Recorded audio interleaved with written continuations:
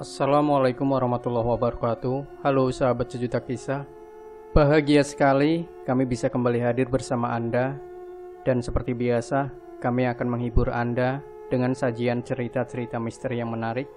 Seperti kisah berikut ini yang sudah kami siapkan untuk Anda, berjudul Mereka yang di Ruang Laboratorium.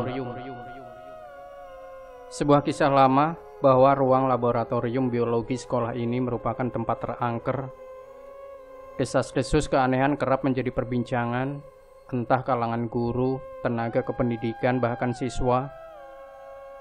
Dimulai dari penampakan bayangan di malam hari, alat-alat praktikum yang mendadak berjatuhan, hingga kasus kesurupan. Sampai ada kesurupan? Tanya Lutfi kepada Ervan setelah mendengar rumor tersebut. Iya, tapi sepertinya itu hanya mitos. Lutfi dan Ervan mendengar bel tanda belajar berakhir. Sambil menunggu siswa-siswi keluar ruangan setelah menyelesaikan pembelajaran di laboratorium biologi, Lutfi melihat jam tangan. Sudah pukul 5 saja, gumamnya pelan. Nah, kamu lembur kan? Aku pamit pulang dulu ya. Hehehe, ledek Ervan. Temannya tersebut adalah petugas laboratorium fisika dan lebih dulu pulang karena tugasnya telah selesai.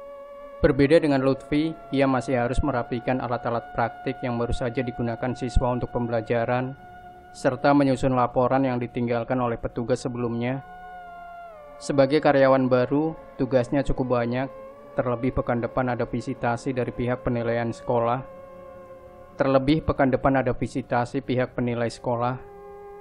Laboratorium telah sepi, segera Lutfi merapikan alat-alat praktikum ke tempat semula. Sampai pada suatu meja di ujung belakang, ia mendapat noda darah cukup banyak. Apakah tadi ada siswa yang terluka ya? Pikir Lutfi, karena tadi banyak siswa yang membawa peralatan pisau dan sejenisnya. Lutfi berjalan menuju lemari penyimpanan tisu. Setiap saat membuka pintu lemari dan mengambil tisu, tiba-tiba ada suara benda jatuh yang mengagetkannya. Ia bergegas mendekati sumber suara tersebut.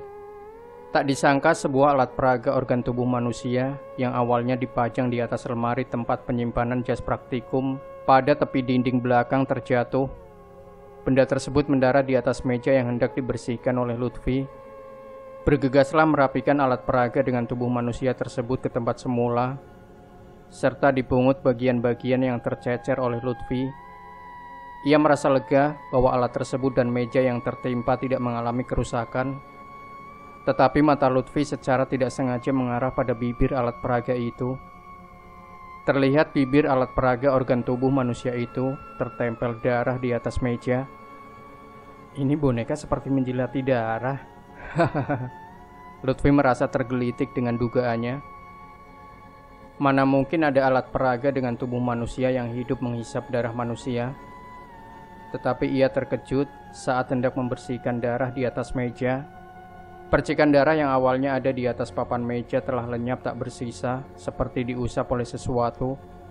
Seketika ia kembali menatap wajah alat peraga tersebut, dan belum genap 6 detik, listrik mendadak padam. Mati listrik. Terkejut ia dengan keadaan gelap sambil mengambil gawai guna menyalakan lampu senter. Di saat menerangi beberapa sudut ruangan, Lutfi kembali melihat alat peraga organ manusia karena ingin membersihkan darah yang menempel di mulut benda itu. Kerut kepala Lutfi kembali kebingungan karena sudah tidak ada lagi bekas darah yang menempel. Bulu kuduknya mulai menegang saat melirik ke arah mata alat peraga tersebut. Dan sangat mengejutkan ketika bola mata alat peraga tersebut juga turut melihatnya. Hah? Setan! Setan! Berteriaklah Lutfi hingga terpental jatuh ke belakang, beserta gawainya ikut terserak di lantai. Ia langsung berlari keluar ruangan dengan keadaan gelap, Tidak peduli meski badan tertabrak meja dan kursi, seorang satpam yang sedang mengecek saklar mengetahui ada orang yang berlari, segera didekati dan ditenangkan Lutfi yang ketakutan. "Ada setan, Pak, ada setan." "Sabar, Mas. Tenang, Mas. Tenang, Mas, tenang. Ini masih sore." Bujuk satpam tersebut untuk meredakan ketakutan Lutfi. "Mending pulang dulu saja, Mas." Kembali dirinya menawarkan solusi. Nafas Lutfi yang tersengal-sengal perlahan dipaksanya untuk tenang. Ia merasa malu karena sebagai karyawan baru sudah bertingkah aneh di hadapan satpam. Tidak, Pak. Pekerjaan masih banyak. Sepertinya tadi aku hanya berhalusinasi," papar Lutfi. Satpam menemani Lutfi memasuki laboratorium biologi. Di dalam sana tampak Lutfi langsung mengambil gawai yang terjatuh serta mengecek alat peraga yang menakutinya tersebut. Saat dicek, semua tampak normal dan tidak ada yang janggal. Lampu akhirnya menyala kembali dan sayup-sayup adzan maghrib telah menggelincir di telinga mereka.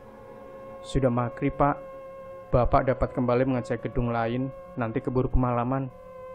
"Maaf, tadi saya terkejut," terang Lutfi kepada satpam. "Beneran nih, Mas.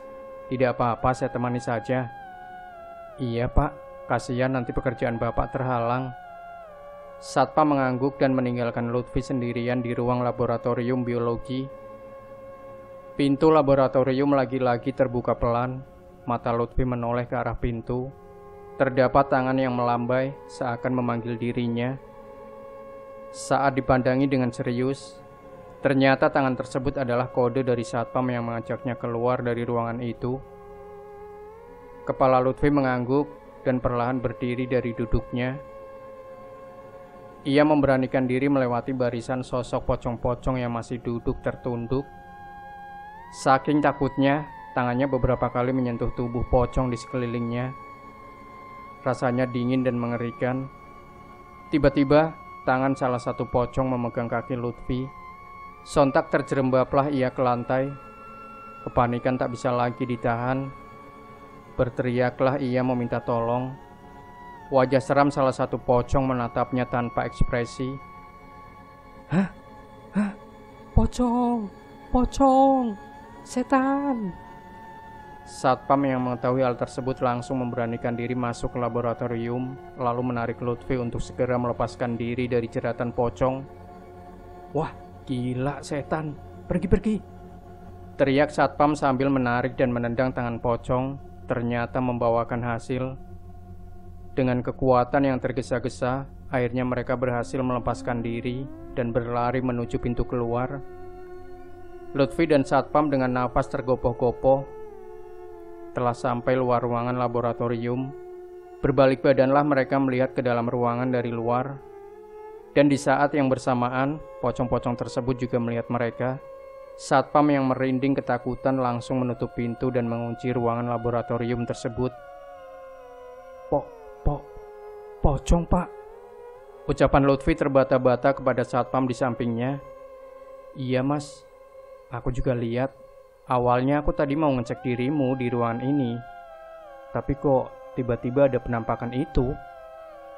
Setelah percakapan itu mereka pergi menjauhi laboratorium. Beranjaklah ke pos satpam dan menceritakan kepada rekan penjaga gedung sekolah yang lainnya. Ada yang tertawa dan tidak mempercayai hal tersebut. Ketika mereka ramai-ramai mengecek ruangan tersebut, semua nampak biasa dan sepi. Tidak ada penampakan apapun. Meski demikian, mata Lutfi terlihat terperanjat ketika melihat alat peraga organ manusia telah berpindah tempat dari atas lemari dan sudah ada tepat di depan pintu masuk ruang laboratorium. Seakan alat itu tengah menunggu kedatangan Lutfi. Itulah pengalaman seram dari Lutfi ketika sedang kerja lembur di sebuah laboratorium sekolah ya. Apakah Anda juga pernah punya pengalaman misteri? Yang pasti serem ya. Jangan lupa sahabat Sejuta Kisah, berikan komentar Anda, like, share video ini, subscribe channel Sejuta Kisah, dan kembali nantikan cerita-cerita misteri terbaru dari kami. Wassalamualaikum warahmatullahi wabarakatuh.